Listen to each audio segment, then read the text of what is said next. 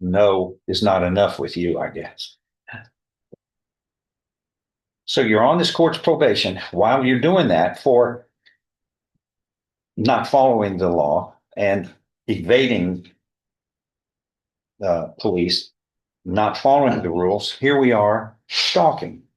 You've been told not to contact her, and then now you're going to her place of employment, according to this, that you're looking at another 10 years potential. You're looking at 20 years imprisonment.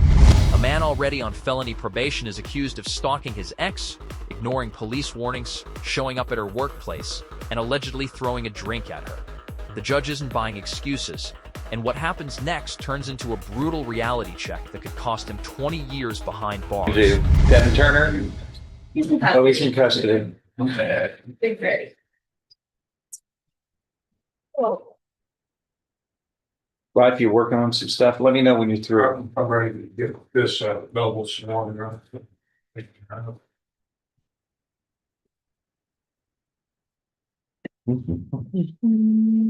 there's two cases here, Judge, one MTRP and one new case.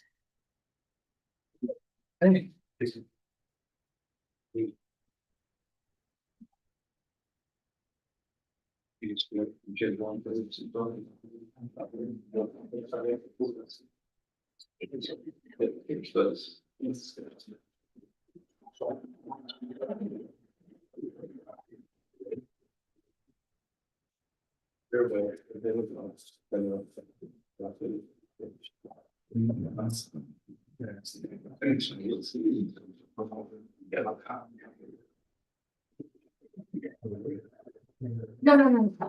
She's here.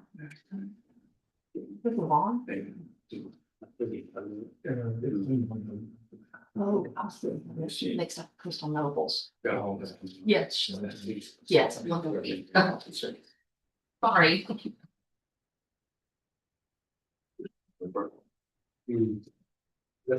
You're Kevin Turner? Yes.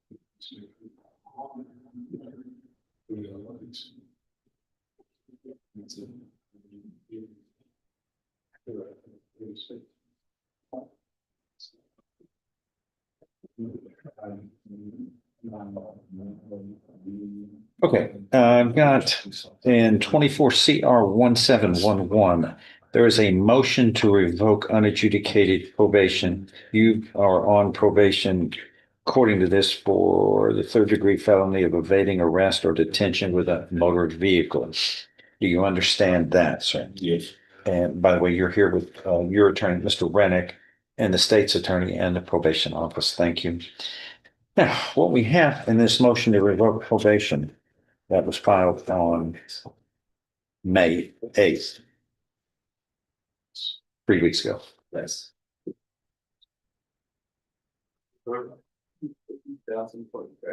The one single violation that's alleged is you committed the offense of stalking on or about March 31st, 2026. Let me look at this. Oh, that's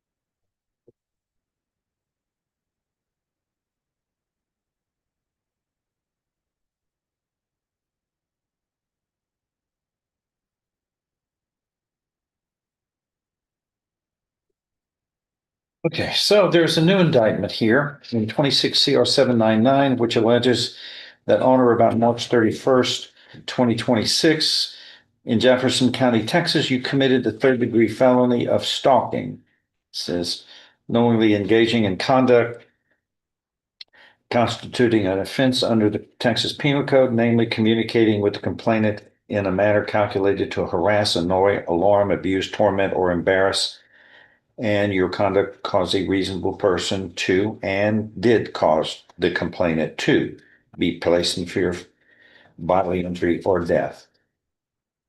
And you committed the offense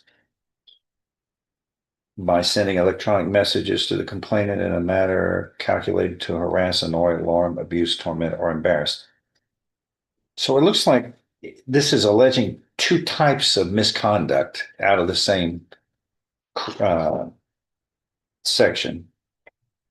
Communicating to it in a calculated to harass, and then Yes, Judge, I believe it's alleging electronic conduct communications. constituted an offense by sending electronic message. Anyway, this carries with it no less than 2 nor more than 10 years confinement in prison. If convicted, you're on probation for evading arrest or detention with a motor vehicle, a third-degree felony. That's 5 years deferred or unadjudicated probation.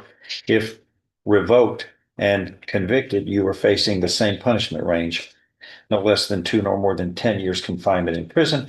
So a total here of up to 20 years imprisonment is in the balance. That's the way it is. But hey, I'm looking at this and it's pretty clear what's going on here. What to do today? Judge, we're here before you respectfully, and as you've stated very clearly, this is a very serious charge. My client understands that, we understand that.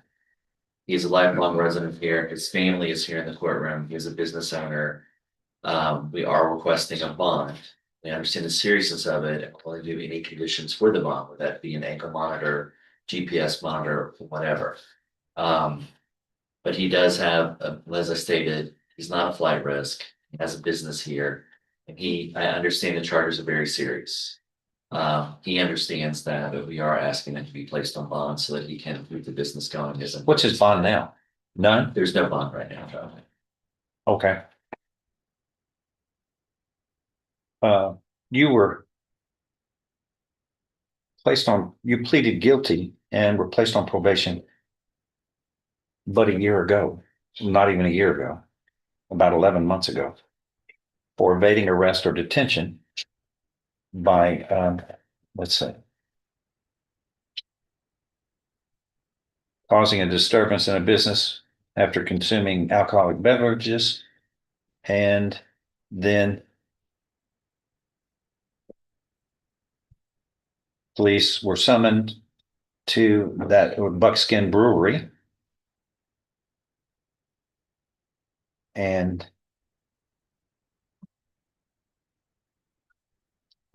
you say your family's here? They are here. Well, okay. Were you with them at the Buckskin Brewery? Yes. But they're here now. Yes.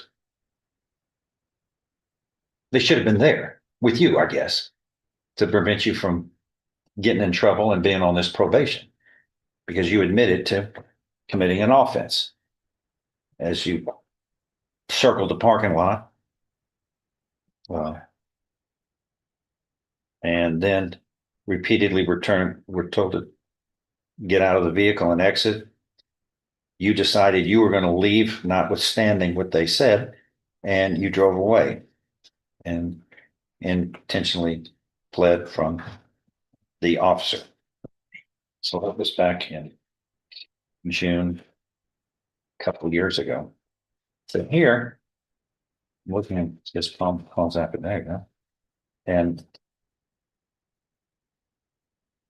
the complainant says you're constantly being harassed by her ex-boyfriend.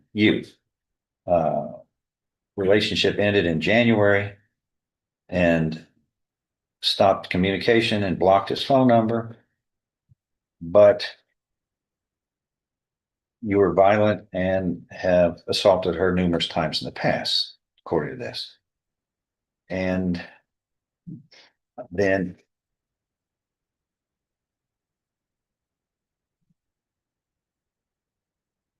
she refused to reply to your texts. And then, according to her, you started placing notes, threatening notes on her front residence, the front door of the residence and her vehicle at work. Somebody was. She's in fear of her safety due to your violent behavior. You were advised, the police went out, talked to you. You were advised to stop all contact with the lady and stop placing notes on her vehicle. And you promised you would not make any further contact with her. Nonetheless, 8 days later, according to this, they were dispatched to her place of employment at Target, where you had arrived, followed her behind the customer desk, and then threw a canned drink at her. They detained you as you were leaving the parking lot. You admitted to the officers that you were warned not to make any further contact. And they've got apparently video of what happened. So no is not enough with you, I guess. So you're on this court's probation. While you're doing that for not following the law and evading police, not following the rules, here we are stalking. You've been told not to contact her, and then now you're going to her place of employment, according to this. So this is a third-degree felony. You've got a third-degree felony you're looking at with the evading arrest. So that's up to 10 years imprisonment if it's revoked. And now this is another third-degree felony that you're looking at, another 10 years potential. You're looking at 20 years imprisonment.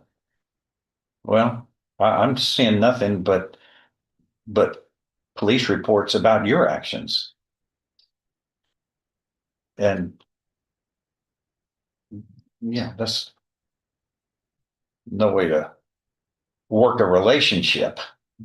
If somebody's been married 40 years, I mean, this wouldn't be something I would do, because that doesn't make any sense and reason. Thou shalt not covet. That's what this is all about. It's your terms, and a relationship is not going to be on your terms. It's got to be a mutual situation. And now you've made a spectacle out of yourself, and you've got my attention, and you're looking at up to 20 years in prison. Well, don't sigh. That's what this all says. You've already pleaded guilty to not following the rules and trying to escape from police. I don't know why you'd ever do that anyway. But now the stalking thing is, you're back to, I'm not going to follow the rules, and I'm going to make life miserable for others. No means no in a relationship. It takes two people to work things together. When one says no, period, end of ball game, you move on with your life, or else you end up in criminal district court. What are you asking for, Scott? Yeah, Your Honor, we are asking for a reasonable bond to be set. We would request that you set it. That's what is reasonable is the question. No more than $50,000 is what we're asking for, Jeff. The problem is you're on probation now. You've got no room for error. What's state saying? Judge, if I may, probation. Turn that off. Pick it up. Is it your phone?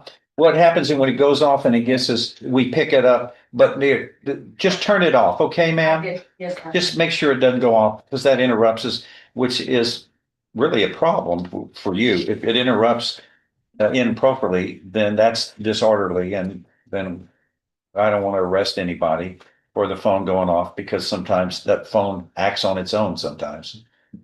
Electronics. But thank you for turning that off. Okay, go ahead. Judge, probation informed me this morning that on May 21st, he tested positive for alcohol. Additionally, I did speak to the victim in this new stalking case earlier this week on Tuesday. She said that there has been attempted communications after this indictment. They were via Facebook and were somehow deleted. So she doesn't have those communications, but she said there were attempted contacts.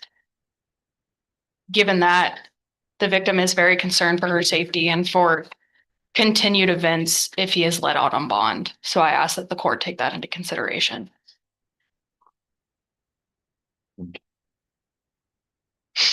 Go ahead. Any response to that? No, you're. Just.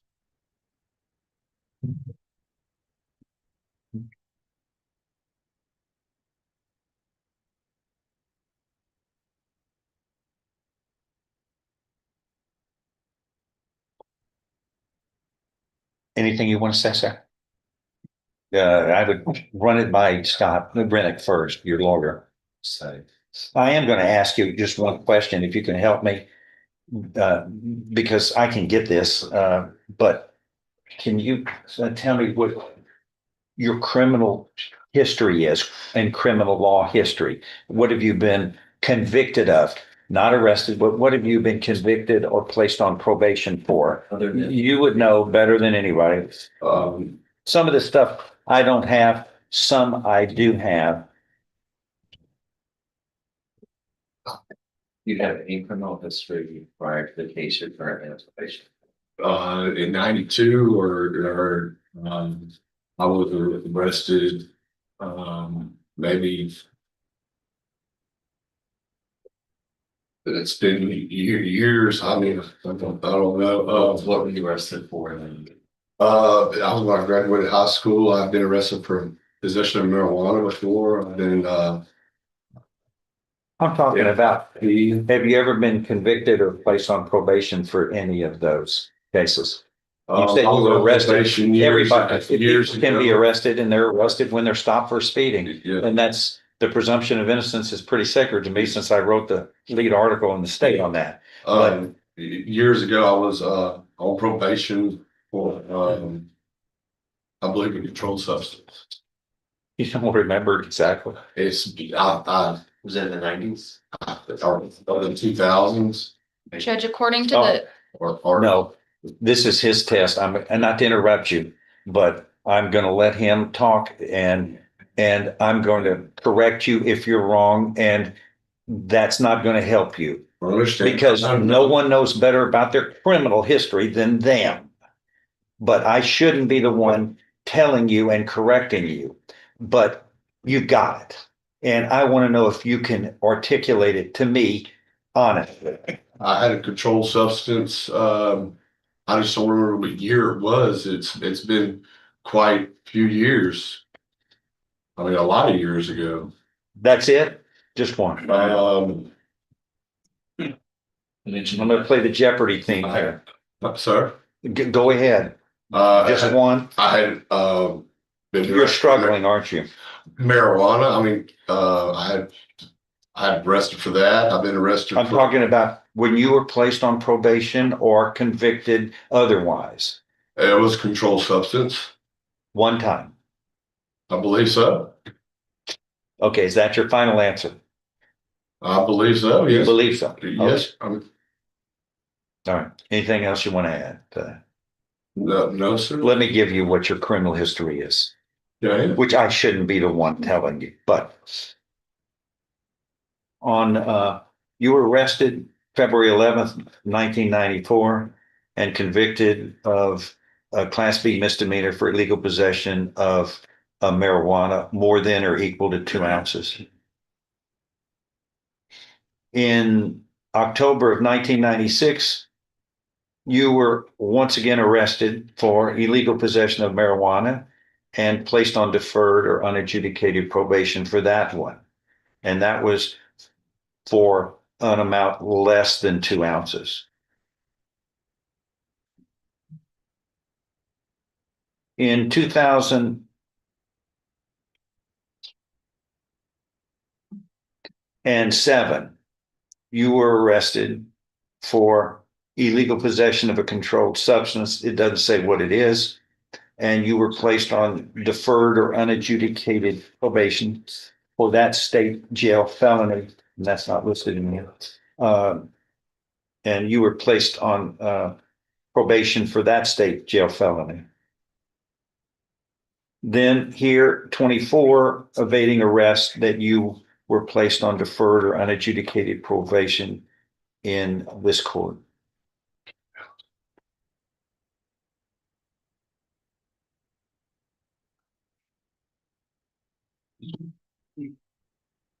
So we got 4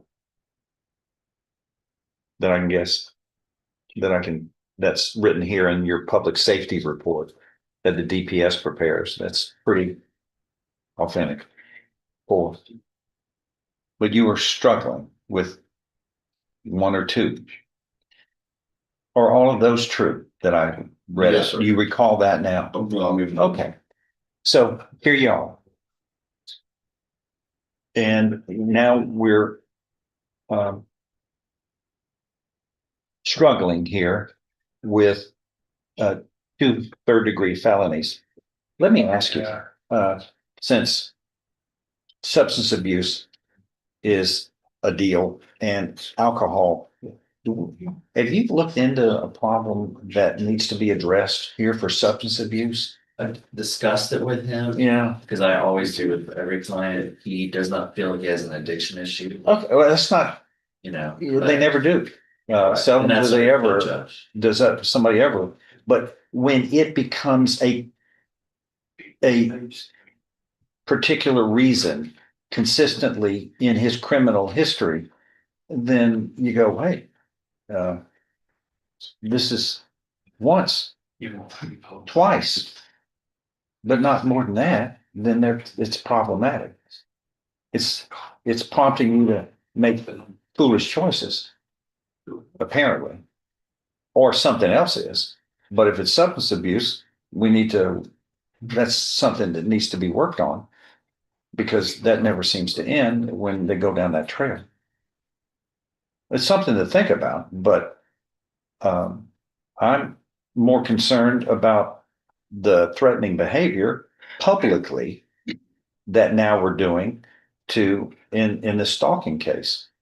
And it's a third-degree felony, and now it's become something that's the merchant has a video of it, and that's public, and that's not the way we deal with matters when you're on this court's probation. Well, what states say?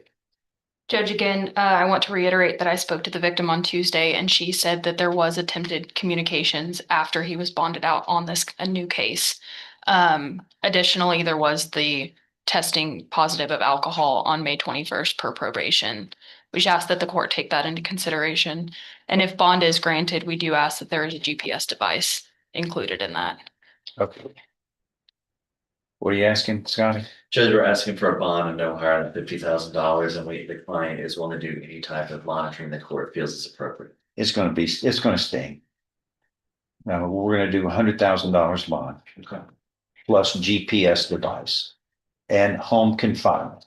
You can't leave the house except to and from your lawyer, to and from food, to and from medical care in the most direct route possible. Have no contact with the complainant. And judges. The next time, if you're able to post a bond, the next time, if there's a violation of any of those terms, and it's proven by a preponderance clearly, then you'll sit it out until we can get around to getting this thing done. But we're going to move forward on this motion to revoke probation quickly, because I'm not going to wait on this trial. We're going to move forward, and I want a hearing. When can everybody be ready? And that's a third-degree felony, so As soon as necessary. we're going to get a disposition on that through me in my hearing. Can y'all be ready in 4 weeks? That'd be the soonest I could be ready. Yes, well, get it done, please, and I'm going to set that for 4 weeks. And judge, for clarification purposes regarding the bond conditions, understand the restrictions of him leaving the home, does that eliminate him from working? Where do you work? Where are you employed? Able moving and storage. Doing what? I move furniture. Okay, like when people are, Yeah, I'm the driver, the owner. and he does have child support, which he needs to continue with. So that's why I was clarifying if he didn't go for employment purposes. you got responsibilities. Yes. And really, you're acting this way with all these other responsibilities that you can lose? Gosh. Thank you, Joe. Yeah, to and from the place of employment that's necessary. I just in the wanted- most, and those are in the most direct routes possible. Yes, understood, Joe. But let's get this hearing and I'll make a decision and your life will go in one direction or another. Yes, sir. 4 weeks. Thanks, that's all. The judge ultimately grants bond, but this is far from a victory. A $100,000 bond, GPS monitoring home confinement, and a warning that any violation could land the defendant back in jail immediately. That's judicial discretion in action, offering one more opportunity while making the consequences crystal clear. The real question is this: was the judge right to give him another chance, or has this defendant already shown he won't follow the rules?